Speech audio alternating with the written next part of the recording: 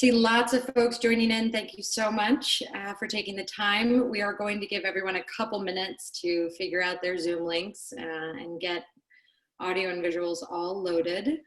Thank you very much for joining. Like a good turnout today. Absolutely. And actually, as we're joining, we'll give everyone a little task to start the webinar here. I'm going to launch a poll, and we are just asking where everyone's coming in from. So what best describes your professional role? If you all can just select, oh, I love watching these live results come in. Very cool. Thank you all.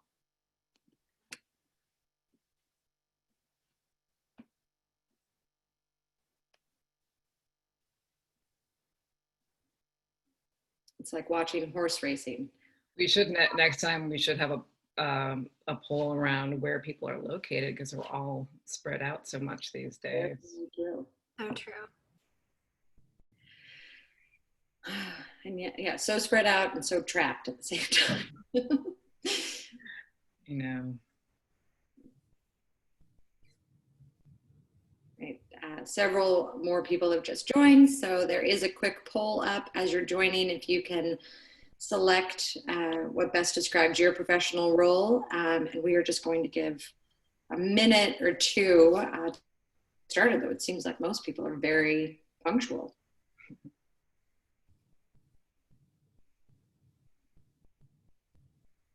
This is one of our first webinars that I think will have a larger design and architecture audience, and I think those people tend to be more precise. We'll see.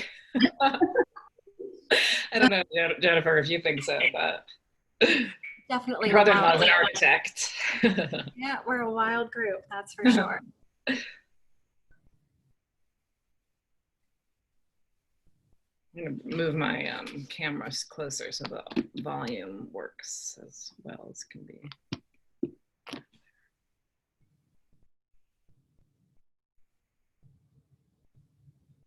All right, just about another minute and we will get started. So thank you all. Almost everyone has voted, so we appreciate that.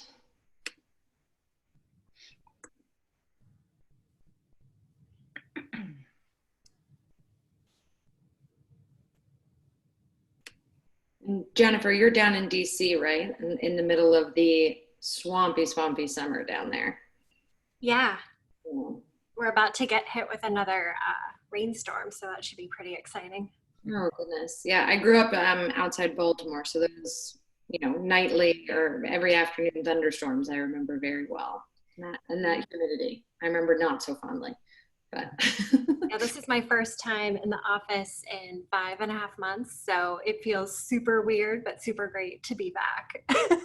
Sascha, I haven't stepped foot inside the office since March 13th or whatever, so I'm not saying I've been there a couple times. It's decked out with beautiful Steelcase furniture. No, I think I might actually have to go. I still have my cheap office home chair. I might have to go steal my Steelcase chair for my home office. It looks like we'll be here for a while. Oh, we can help you. Yeah. All right, well, in the interest of time, thank you to everyone who joined on time. I will launch now. So I'm going to end the poll and give you all the results. So we pretty much have a dead heat between HR, architecture and design, and facilities. So about 15 to 20 people in each of those categories. And then other, obviously, we could not cover every department, but very interesting. And I think actually pretty much what Mamava would expect on our end, and I'm sure what you've seen as well, Jennifer, that the HR benefits, then obviously the design element, but then also facilities. What's the electrical source? These are the groups that we are dealing with most regularly. So you all can see these results here and see that breakdown. So we want to get started. And what I'd love to do is obviously start by introducing these three women that we have joining. I'll introduce myself to start. I'm Annie Odie, Director of Sales Operations at Mamava. Personal background, I am a mom of two, and one of which is a 9.5-month-old and someone I'm still nursing. So this lactation-based design is both my job and my personal life at this time, so very much all-encompassing. And I would love to hand it over to Jennifer Kirby, if you can introduce yourself as well. Yeah, absolutely. I'm Jennifer Kirby, and I'm an applications consultant for Steelcase, which just means I link research to great applications. I've been an interior designer for 20 years, and I'm not a mom. I'm just a super curious designer who saw a problem that needed to be solved. So that's an interesting story for a different day, but just know that this is all stuff that just was led out of curiosity and years. So I'm happy to be here. Very much something we see, that you do not have to be a new mom, a nursing mom, or a woman in order to be the advocate in the space. And so we love that. I know Sascha's had a lot of interesting characters support her along the way in this Mamava journey. So Sascha, I'll hand it over to you. Yeah, I'm Sascha Mayer. I am the co-founder and CEO. And I love this because my background is actually in brand design and strategy. So to be able to have been partnering for actually a long time with Steelcase, with one of our products, and just learning from like what I'd call sort of a big sister company as a small startup has been wonderful. And this is a webinar that's been a sort of a long time coming because of the partnership we've had. And I'm so excited to hear what Jennifer has to share today. Absolutely. Well, thank you both for being here. I'm going to give a little background on why even have a webinar on best practices in lactation-based design, what drives this need and this topic. And the big thing is babies are born, lots and lots of babies every single year.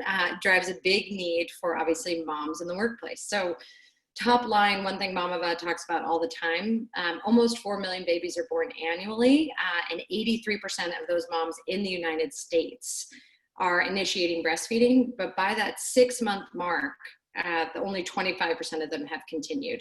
And there's a big drop at 3 months, and then an even bigger drop before you get to that 6-month mark. And anecdotally, we believe strongly at Mamava that that is because of the lack of supports. And we know Steelcase noticed this as well in both public and professional spaces for moms to continue this journey when not with their baby, or even with their baby and not an ideal location. And we know that moms are in this workforce, that this isn't just a problem for public spaces, that these professional spots need them. 8.6 million moms with children under 3 are currently in the labor force. 75% of those new moms want to breastfeed when they return to work. But again, only 25% of moms are hitting that 6-month mark of exclusive breastfeeding. And so we know that there's a disconnect there between the desires and the actualization of those goals, and that only 40% of moms have access to a private space that is not a bathroom to pump. And if anyone on this call has ever pumped in a bathroom, you can very much understand why that would be actively discouraging to someone wanting to reach their breastfeeding goal. So we knew that the numbers were there, and we knew that the desire was there, but it wasn't until these laws started to come into place to protect women in the workforce that the motivation and really the impetus for lactation-based design was born. So the Fair Labor Standards Act in 2010 was amended to require employers to provide a time and a space to pump at work for female nursing employees, and actually any nursing employee, and applies to all businesses. And the space can't be a bathroom, has to be free from intrusion. Many states have gone above and beyond this. Mamava talks about California being our best in class state by requiring any an employer of any size, the space has to be in proximity, really taking these laws and blowing them out to accommodate all moms and all walks of life and all types of employers. So this is really the combined. The moms are there, the desire to breastfeed is there, and now the requirement to provide the space is there, making having the best practices in designing a lactation room something we want to discuss and be able to elevate today. So before I jump into Jennifer's, we also do have one more little request of you all, that we're going to do, what are the current accommodations at your workforce just a quick little poll if you all can respond there. And at your workplace, and meaning workplace, not your current home office. Obviously, I was joking with Jennifer and Sascha before we joined. This is my pumping room, so it's my kitchen. But what was it like at your workplace before we all obviously started working from home? Just give about 30 seconds for folks to respond. Thank you so much for everyone jumping in here. And okay, perfect. So thank you to everyone responding. What I'm seeing now is we're getting about 50% have a single occupancy space, about 15% with a shared lactation room, 20% is the multi-use room. So we call those the wellness rooms. Maybe it's a yoga studio, a prayer meditation space that's also used for lactation. And then we have an unfortunate 12% that say none. Obviously something we expected. We're in this space because we know that this isn't fully accommodated yet. So everyone can just see that. Really exciting to see 54% have a single occupancy space. That is definitely what we'd want to see.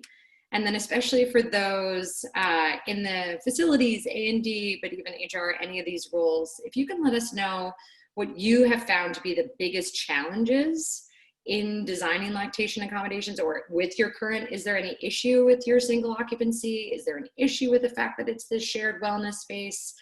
Get an idea from what we can, see, or we have a general idea what we think the big rub is when it comes to lactation accommodations, but want to hear from the horse's mouth, so to speak.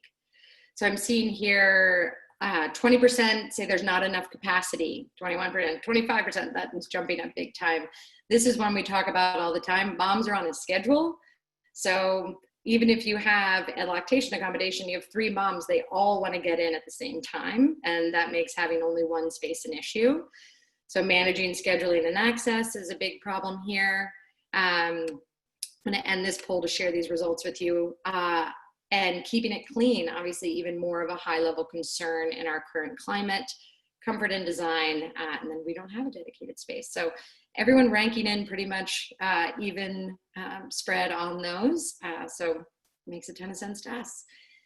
With that, the premier furniture company that we are so proud to partner with in Steelcase. Jennifer, I'm going to hand it over to you to hear what was Steelcase's research and how was it that you came to decide what is the best to include in a lactation room. Thanks, Annie.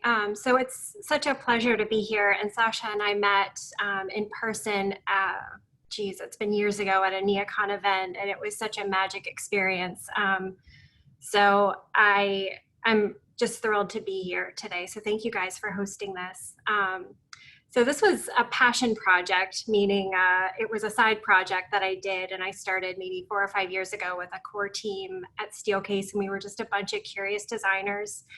And Steelcase is a really unique manufacturer in that we approach everything with a research and human-centered design lens. And that's how we approach problem hunting. And a lot of people go out problem solving, but it's not necessarily about solving it unless you're asking the right question. And there's tons of ways of asking questions, but I found this need, and it started with looking at my friends and my sister, and I'll tell you what, it just touched my heart. And I was on fire for this about 4 or 5 years ago, and I just went crazy with research and pulling in different people and asking questions, and then of course I met Sascha and saw some of the great work that they were doing at Mamava. So yeah, so a little bit about what we're going to talk about. So I thought that I would give you a little rundown of how we approach problem hunting, and that's through human-centered design. I'll also show you some of the most common things that we heard. Some of them might be familiar, so hopefully you'll find it comforting to know that you're in good company. And then just some things to consider. And I did throw some visuals together, and they're not perfect. And I want y'all to know, like, I'm definitely not the authority on this. I've just been studying it for a super long time. We're still learning, things are changing, policies are changing, laws are changing, guidelines are changing every single day. So, just if you have questions, I encourage you to reach out to us and Mamava, and we'll explore that space with you, because every firm is going to be different. Every city is going to be different. So we're happy to explore it with you guys and help you audit a space, or just, you know, help you think through and help you ask the right questions. So let's dive into human-centered design. So what is it? Human-centered design is literally listening to people and iterating and not being afraid to say, oh yeah, that probably wasn't the best idea. So we call that tinkering and testing and iterating. And we're not afraid to break it. I'm not afraid to break it. And I'll show you, I'll be totally transparent with you when we get to some of the designs. And even just a couple of weeks ago when we were going through the slides, they were like, I'm not sure that that's the best. And we iterated right there on the spot, and that's totally fine. So you can't be afraid, and that's all about keeping it about the user or the person that you're designing for. And Mamava approaches this very similarly, so we're in very good company with this. So it's really just listening, understanding, empathizing with people, and running it through iterations and prototypes, and that's what human-centered design is. So at Steelcase, we take well-being really seriously. I will be very transparent that the definition of well-being is really hard to define. We love graphs and charts at Steelcase. We always joke, you know, if there's not a 4-box matrix, it's probably not Steelcase's. This one is a Venn diagram, so this is equally as common at Steelcase. But we think of well-being as the intersection of cognitive or mental well-being, your emotional well-being or your feeling state, as well as your physical well-being or ergonomics, and just making sure that things are proportioned right for the end user that's going to be using the space. So when all of those things come together and are as close to perfect as possible, that's when you're being supported properly, and that is well-being at Steelcase, at least right now. As I said, we do a tremendous amount of research, and that's actually why I came to Steelcase almost 9 years ago now. And what's kind of interesting about this, you can go on, I'm just going to do a little dive into this, but you can go on to steelcase.com, and we've got tons of different articles. So if there's something that you want to dive deeper into, you're welcome to. I love these performance principles. And this is from our Office Remix, from our research periodical, that's all digital now. And I feel like these are super relevant to lactation spaces. So we're going to talk about these a little bit more, but privacy, and you think about acoustic and visual and territorial. Territorial just means, can you lock up your personal stuff? Do you feel personally secure?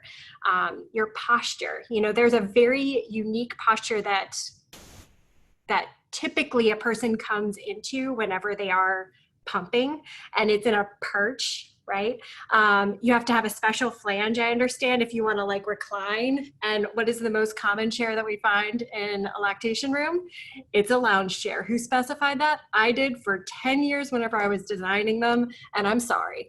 But that's the way that it goes. It's one of those common misconceptions. We'll get into that in a bit. Proximity. So where you locate these spaces shows the level of importance and the level of understanding that you might have with your employer. So if this thing is back near like the loading docks, or it's right next to a CEO's office, that's super awkward, right? Like that's giving somebody that's using the space kind of a misconception or an understanding of where they might rank that space. Personality, just understanding how your culture fits into the space and people having permission to use it. And modify it based on what their needs are. So lighting control, things like that. Can they meet their milk goals whenever they come in? Are they productive when they come into the space? I know here it's like collaborating, socializing, and focusing. This is meant for the workplace, but I felt like these so were relevant. And then the last one was psychological comfort.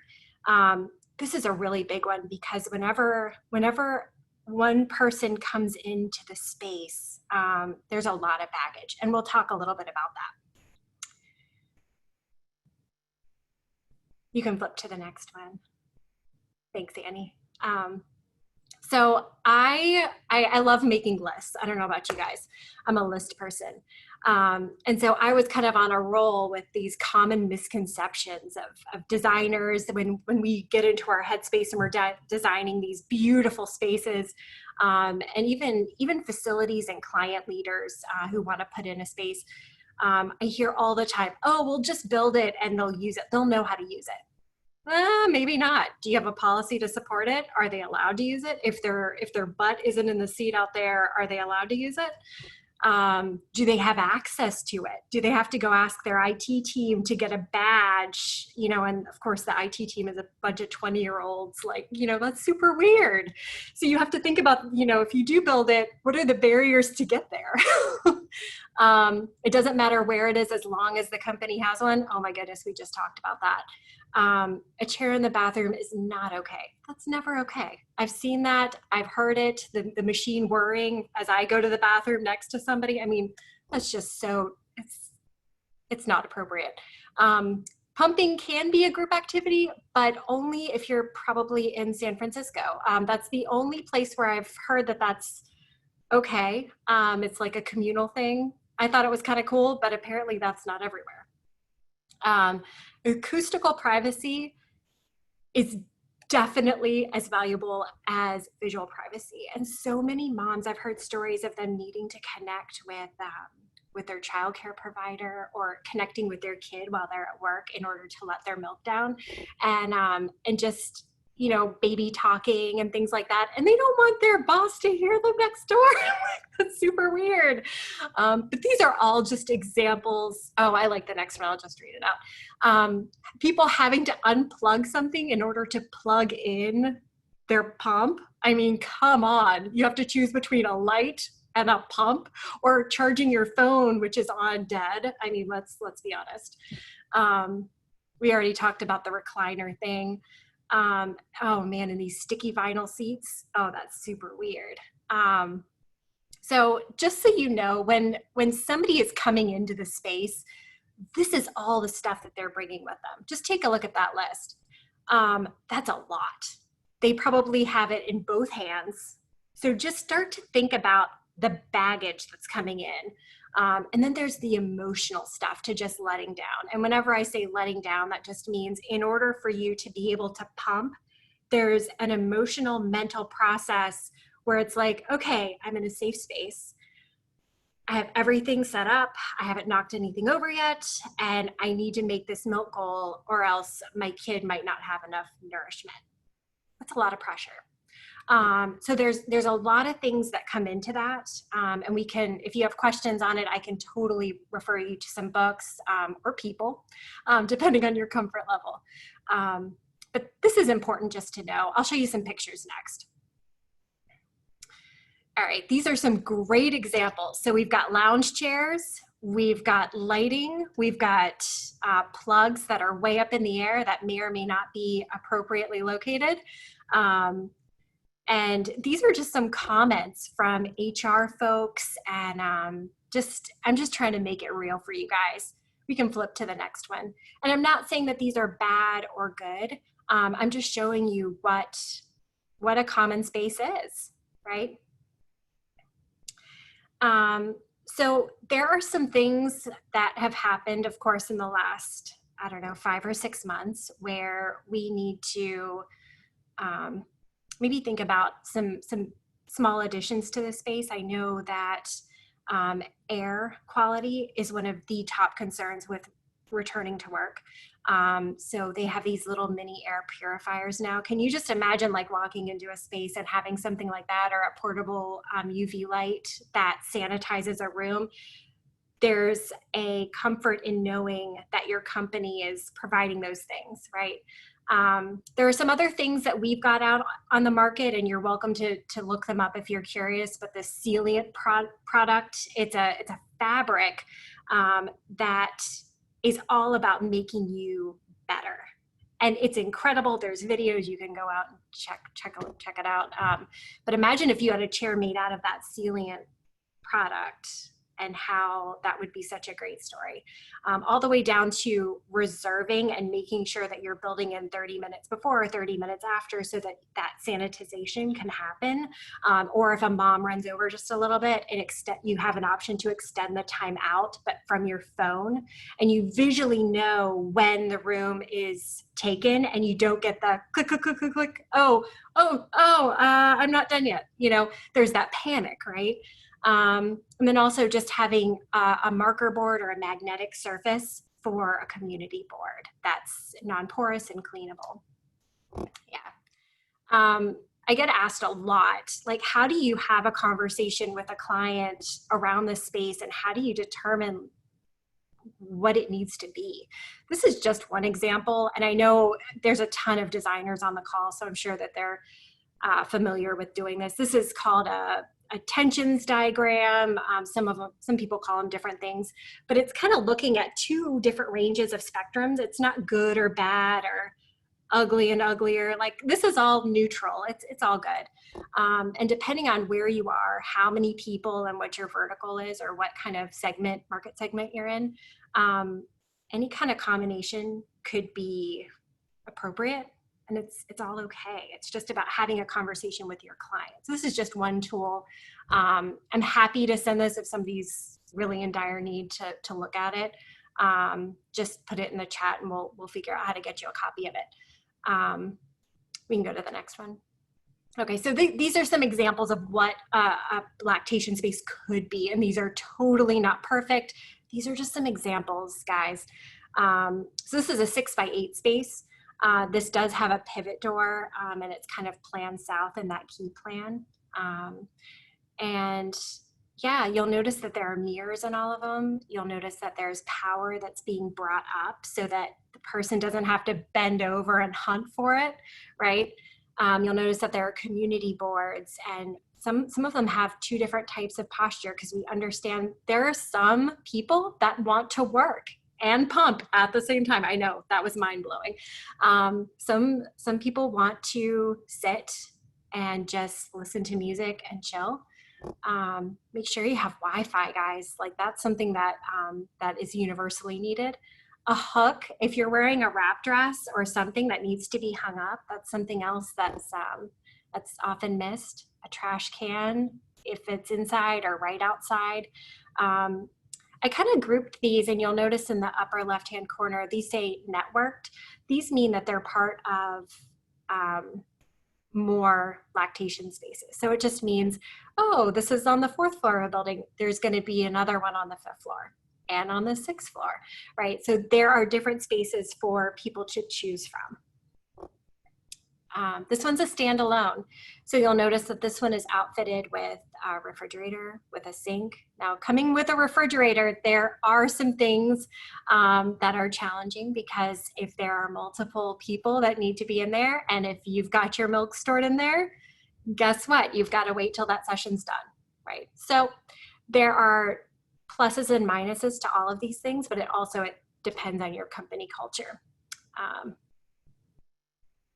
This is another standalone space. This is probably the smallest space. You can see that it has no ADA access. And so I would encourage you, like, this is kind of well, we have a small space. What can we do to make it work? This is, okay, we can make it work, right? And this is really an ideal space. So this is the Mamava Mini. Those are locking doors, and then they also have power integrated and storage, and this is part of the partnership that Mamava and Steelcase has done. You'll notice that we're calling it kind of a suite space because they can have 2 users. There's also storage with the lockers and hangers, and people can be kind of cocooned in these spaces and then come out and use the sink and use the refrigerator and do a spot check, if you will, in the mirror before they go out to the world. But it's kind of this anti-space, which is kind of cool. So if you think about a 15 by 15 space, that's still kind of a tight space, but you could accommodate 3 people in here, one who's kind of cleaning up, and 2 people who are having sessions, right? And then you can also have technology on either wall so that you know when the session is up and ready. Here's a great shot of the inside of what this looks like. It's really spacious, and they've got so many different parts to make it personalized and customized for the user. So you see the light, you see the articulating arm that comes around that she has her laptop on. And then there's power and storage underneath, and of course the locking door. It is standing height private, which is really cool. And this one is showing a suite, but by adding on 15 feet to the side, we're now up to a 15 by 25. But what this does is we're giving each one a private bathroom. So what that does is it makes these rooms a little bit more versatile. So if you've got a well-being type suite, maybe one of these is a lactation room, and maybe one of these is a well space. So if you think about somebody that has just come down with celiac, or they're trying to figure out what's going on, and they just need some space. Sound masking is also helpful, and I would recommend that in any of them. This is also an ADA accessible space. So those are just some thoughts. Thank you so much, Jennifer. So appreciate that. That is really beautiful rooms. And it's amazing to me to hear as well that amount of thought that research can be done and you can know exactly what a nursing mom wants. Like hearing you say specifically about the fridge, we have a unit that is fridge ready, we like to say, but I always have said to our customers, but think about the mom that puts her milk in there, and then another mom goes in, and then that mom gets a call from daycare, and she's got to go get the baby who spiked a fever, and she's interrupting, maybe that's not the most ideal. So trying to say, keeping some of those amenities, like you had the lockers on the outside, or a lot of moms, that is, everyone calls it liquid gold.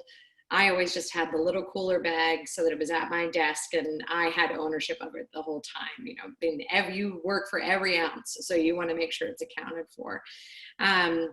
What's really interesting is all of those are beautiful spaces where maybe there's an office or a meeting space that can be converted, or there's an available corner where you can cordon off 6x8.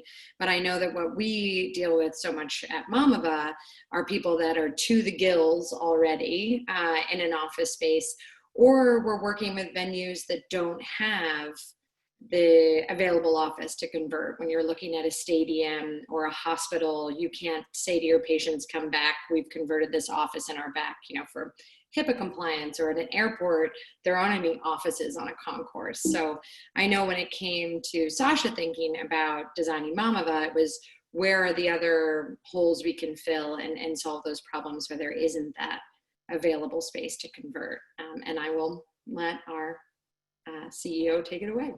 Yeah, thanks. No, that was so great. I just love the complement of our two approaches.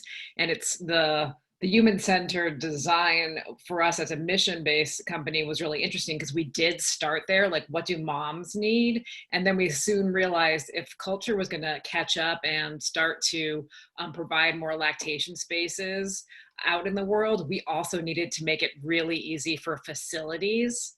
And then on a mission level, once we designed our pod, we realized the nature of how they stand out, how they kind of, for the first time, give moms a choice in the world. They sort of look different. They signal that breastfeeding is happening or pumping is happening, that we think of the audiences as sort of starting at the center with mom, and then the facilities, and then the broader culture as far as how do we design something that's sort of easily adoptable by mom, by the people who actually purchase them, and by the broader culture to need to welcome them into their environments. And I see that there are questions coming up, and I'll be super fast here so we can get to some of those detailed questions. So how we did that was really trying to figure out in an all-in-one, the next slide is great, Annie, solution that can be, easily installed over a couple of hours that solves for all of those issues around a place to sit, a place to plug in a pump, lighting, airflow, the fact that it was a function of preparing food was very key to when we were first designing our pods. So the materials are more like what you'd see in a kitchen, really easy to clean. So the next person using it could feel confident in the cleanliness of that space, obviously more important than ever.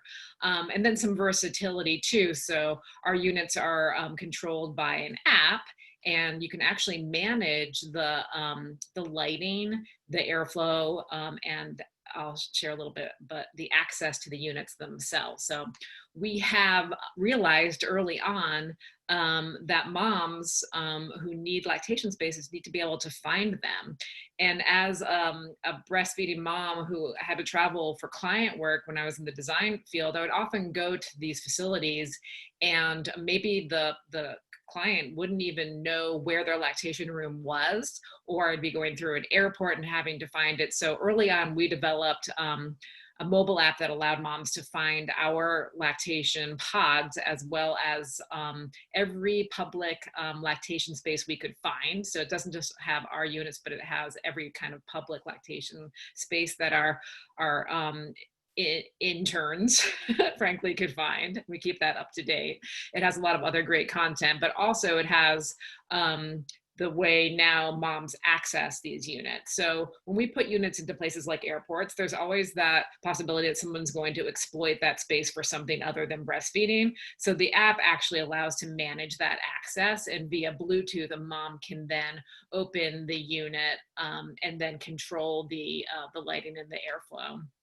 And the good part about that as well is then we can have some data points for our customers where, I think it's the next slide, Annie, where we can see how much usage there is on a dashboard. So let's skip forward. So we've applied now and are starting to apply that technology of managing access to our pods to rooms. So spaces like Jen designs, we are just starting to apply the same technology. So a customer can opt in for this, what we call the VA room, and put in the lactation lounger, as we're calling it, and be able to have the same benefits of making sure the right people are accessing it, making sure moms can find it, and making that space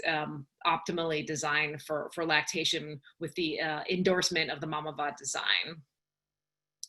And sorry, this is why we're skipping forward to. So what the app and the room technology allows is that we can actually understand usage. So I think a bunch of people in the poll in the beginning said that capacity was an issue, and we can validate that with this, saying, hey, this unit on the second floor is getting used twice an hour. You're clearly at capacity. You need more lactation spaces. So that's a really great data point.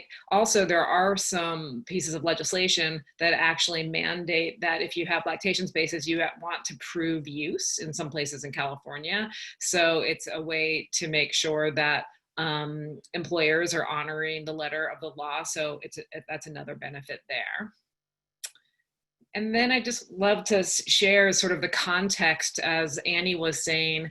Mamava makes so much sense where you need to create private space where it's very difficult to do so, and be able to do that really quickly. So you can see this one. Hopefully some of you in the design field have seen this at the Merchandise Mart in Chicago. I just love how this graphic complements accidentally the nail salon. We have them in locations, big warehouses. You can see this is a warehouse that is the size of 3 football fields. And so kind of be able, a versatile pod that can actually be moved into location and can be migrated. So our large pods are actually have on a caster system that can be moved around in an open space to make them as accessible as possible to the proximity of the mom who needs them.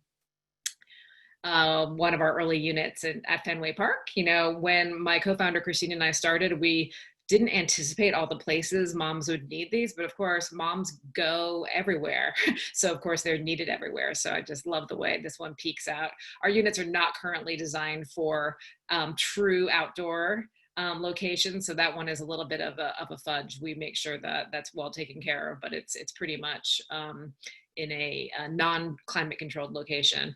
The solo unit is our answer to spaces that really don't have enough space for our full size pod or our ADA, our pod that fits a wheelchair. So the solo is a smaller unit. This is actually, I believe, in a university setting where it can just be put into place quite easily, and it's a little bit more of a lower price point as well. I love this because once again, it's like moms are everywhere. So in an airport hangar, and you'll see the inside of that one actually is like one that is refrigerator ready. It looks a little different from the other interiors, but these people proudly installed. And then you'll probably see these. We're in airports all across the country. They've been great pollinators for us and great conversation starters. So right now, not many people traveling. So that has been interesting in terms of the kind of audience that's come to us, but we are, if you can install and work with an airport, you can work in amongst the most technical facilities in the world. So it has been great for us to basically be starting in airports. Then you learn about the rigors you need to put an occupied space into other buildings. And then Jen mentioned this really briefly, but this idea that there's a community of moms out there, and in this phase of her life, she can feel really isolated. So that bulletin board idea was something that we knew about. And then we decided to help facilitate it with putting sticky notes in our units. And this is actually in an airport. So you think about those environments which are so sterile and maybe not personalized. The fact that moms are like leaving notes for other moms, rooting each other on has been a really big part of what we do. And a big part of what Mamava is about is the fact that moms are advocating for this, and then we're making the connections back to the facilities and the employers who are purchasing and installing the units. And we see them all the time also on our social channels, these moms who are kind of what we call the lactivists, who are helping propel our mission and culture as we go. So Anna, do you want to take the takeaways, or I want to also mention, by the way, I think people have asked on the Q&A, all of this material is going to be available, the recorded as well as the decks, and a couple of takeaway sheets and some white paper, and a white paper. So that's all going to be available to everybody who's attended or who even registered. Absolutely. And I think these were touched on really well. And as Sascha said, there will be quite a few deliverables for everyone who's attending and anyone who wasn't able to attend. So I would love to jump to the Q&A. I do see that folks have started asking questions, and we so appreciate that. So if you have any questions, please post them here, and we'll be able to address whichever one I'll direct them to Jennifer or Sascha based off of the content, so please post in here. Jessica Riles has a question, Jennifer, that I feel like will be great to you. You mentioned sticky fabric. We're looking into antimicrobial fabric. Thoughts there on that materialization? Yeah, so antimicrobial fabrics a lot of times it's a coating that they put on there, and those are great. I know that we're starting to look at, and that other material companies are starting to look at antiviral surfaces. So just know that antibacterial and antiviral are two different things. Most things can be antibacterial because it's super easy to clean, and it doesn't inhibit growth on a surface, so that's always great. I would also look at the backing of the material and just make sure that that there's a moisture barrier or something like that. And the cleanability of any fabric is going to be super helpful when maintaining the space. Whenever I said the old sticky vinyl, most of those don't exist anymore, which is really interesting. Like maybe 15 years or so ago, they started to get more soft and just much more tactile. And the hand, and when I say hand, those of you that aren't in architecture and design, just means the touch of the fabric. The hand is just so much softer and so much better. So even if it is highly cleanable, it's not that weird sticky vinyl that, you know, you feel like you're sliding into a 1950s booth at a cafe that's sticky. Ugh, you don't want that. And we, you know, Sascha mentioned it, but the Mamava pods have food service grade materials. Yeah. So really nice there, where very much, you know, spills and drips happen. I can tell you from personal experience. So having something that is easily wipeable, and I would call out not only the fabrics of your chairs, but everyone should always consider the flooring as well. Always a red flag to me when I see carpeting in a lactation room. Just it makes me think you're going to have a steam cleaner in there, maybe quite a bit. You want to make sure that you're cognizant of what your flooring is made of just as much as your seats. So yes, antimicrobial chairs, but also look into antimicrobial flooring. We have a couple questions here that I think would be a little more specific to Mamava. Sascha, there's one specific to the unit feeling a little sterile. What can be done to make them feel softer, more comfortable, less white or institutional, like an airplane bathroom maybe? Yeah, balancing that easy to clean and modular it has been something that's important. So one, our units can have graphics, customized graphics on the outside and on the interior. And that's been pretty much a big part of what we brought that was special and has been valuable to places like stadiums, for instance, who want to be, you know, promoting a brand. And then we also encourage in those settings that are not public, we call it the mod your pod. So even at Mamava, with all of our moms who have been pumping over the years, we'll put in pillows, we'll put in pictures, that kind of thing. But it's a bit of a balance between like keeping that environment clean. And when we did our research, that was the number one thing that they needed beyond the fundamentals of the outlets and so on, but was how can we make it really easy to clean? Annie, I think there was another question on here around government contracts that you might be able to answer more eloquently. And Jennifer, it made me think as well about the list of things that you're bringing into the space as well, that there's, you know, when you're talking about single use or multi-use, trying to pack everything up and come out. I always had a scarf as well, because you do need, to some respects, to get undressed in order to pump. So having something else to wrap yourself in. It's funny what the packing list looks like. So to Dustin, are we available sole source? We do have a sole source letter available. We also do have an amazing partner in MJL Enterprises, and we are listed on the GSA schedule through them. All three of our pods, all four of our products are listed. And so we do have that available in order to skip the competitive bid process. And we can send along, saving your email, that information directly to you through our director of accounts in the military and government space. Manny asks about sprinkler in the ceiling. The building requires it. So our unit has a perforated roof pan. Obviously, I'm sure the spaces that Jennifer is building out with Steelcase includes running in sprinklers. So the unit has full flow through rates available from water sprinklers, also allows for audio and visual recognition of alarms. So that's one of the reasons some people ask, you know, why isn't your unit fully soundproof? And we wanted, you know, let alone fire alarms, we're placing these on airport concourses, and Lord knows gates change every time. So we didn't want someone to not be aware of what's going on the outside, but those are available there. So if your building is compliant, is accessible, and is in accordance with those codes, placing our unit appropriately puts that, we consider it a piece of furniture, so it can be allow for that flow through. How long is a typical pump session? There is no typical, but it could run, especially with setup and breakdown, you are at a minimum looking at 20 minutes, and really you're looking at something more like 30 to 40 a person, probably, with getting in there, having to set up, then having to break down at the end. As Jennifer mentioned, the spot check that we all love to make sure everything's organized before we go back out.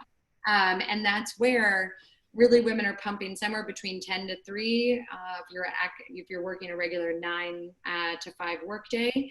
And so if you have more than 2 moms, then you're really going to be bumping up against each other, especially if you're anything like Mamava's workplace, where meetings don't end perfectly on time necessarily always. And so the schedule we get jumbled. And let me get through these. What kind of lactation space do you recommend for public works employees?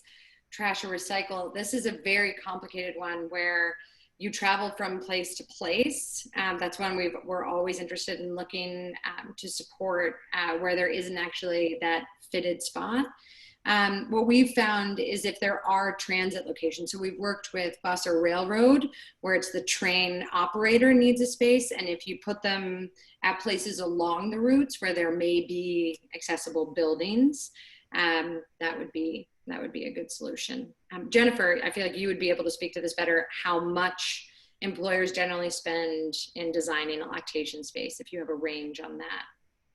It really depends, which I know that doesn't surprise anybody. I've seen people kind of take bits and pieces from offices and from other places within the office of things that may or may not be being used, and people donate things from home. So I've seen it range from free all the way to $10,000 to $20,000 because they're providing a pump for their employees, you know, or they're doing some kind of nice program.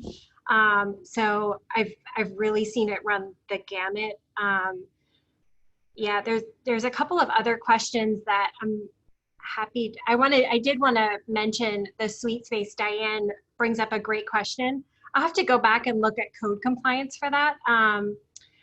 The reason I wasn't showing a sliding door, just so you know, is because they're harder to open for barrier free, and I was wanting to make sure that there was a balance. So I'll have to go back and look. I could be totally wrong, but I'm happy to go back. So thank you for bringing that up. Carly had brought, do you want me to take those? Yeah, go for it. Okay. So Carly is asking how large should the surface be, and tablet arms, which I have heard some specifics on that, as well as the chair rocking, moving and reclining, and an ottoman and that kind of stuff. So I'll start with the tabletop. So I am a big fan of as big of a surface that's at seated height as possible, but it also needs to be stable. So if you think about getting up and coming down, a tablet can sometimes be hit. The nice thing about the Brody is that you can actually move it out of the way and it can articulate, which is awesome. Some of these other tablets are kind of sedentary. And so if you bump that with your hip, no matter, like, and I do it, and I've never been pregnant before, but I'm sometimes not very aware of my body or how wide my hips are. And so whenever I try to get up, I might hit it. And what does that mean for the liquid gold? It means it goes everywhere, right? So the tablet arm, I would say if it articulates back, it's okay because it's an added surface, but it shouldn't be your main surface. There should also be something else. So you'll notice with the Mamava, like they've got a surface that kind of pops up. There's also ample room next to them. So I would take all of those things into consideration because you could locate a pump next to you if the seat's wide enough. Absolutely. Actually, that's a great point. I always have the pump on the shelf on the bottom, and then I'm the person that likes to work while that's almost how I zone my head out and then allow letdown, is if I'm not staring at the machine the entire time. And same with the, you know, the ottoman, the chair rocking or reclining. You know, one of the reasons we do that curved seating in the Mamava to make it as cozy as possible. Same with the amazingly comfortable chair in the Mamava Mini. But you also, you know, in designing the Mamava, we wanted to consider the nursing mom as well. But that rocking, reclining is really the nursing position. You have that baby in your hand, you have your feet up, that's exactly what my child's nursery looks like. But when I'm pumping, I'm very much upright. And as Jennifer mentioned, I'm somewhat tilted forward. I can't be back like this and have the flanges attached appropriately. So if you're designing maybe more of a guest facing and they are coming with baby, you could consider more of that rock, recline, ottoman side. But if you're designing for moms in and out or trying to get both groups need, more of an erect sitting position is ideal. Not to jump in and answer that one for you, but no, you answered that perfectly. I wouldn't change a thing. Yeah. Well, I so appreciate also, we said a half an hour and we're 5 minutes shy of an hour. So we really appreciate everyone sticking with us here. This was so wonderful. I want to thank so much Sascha Mayer, CEO of Mamava, and Jennifer Kirby from Steelcase for coming to do this with us today. Again, all attendees will be receiving quite a few deliverables from this session so that hopefully you have as many tools and resources available to you to design the ideal lactation space for your workplace, for your public space, wherever you're coming in from. So we want to thank you all again, and we will let you know about the next Mamava Pumpcast webinar. Thank you all for joining. Thanks, Jennifer and Annie. Thanks, everybody. Thanks. Good to see you, Sasha. See you soon. Thanks, guys.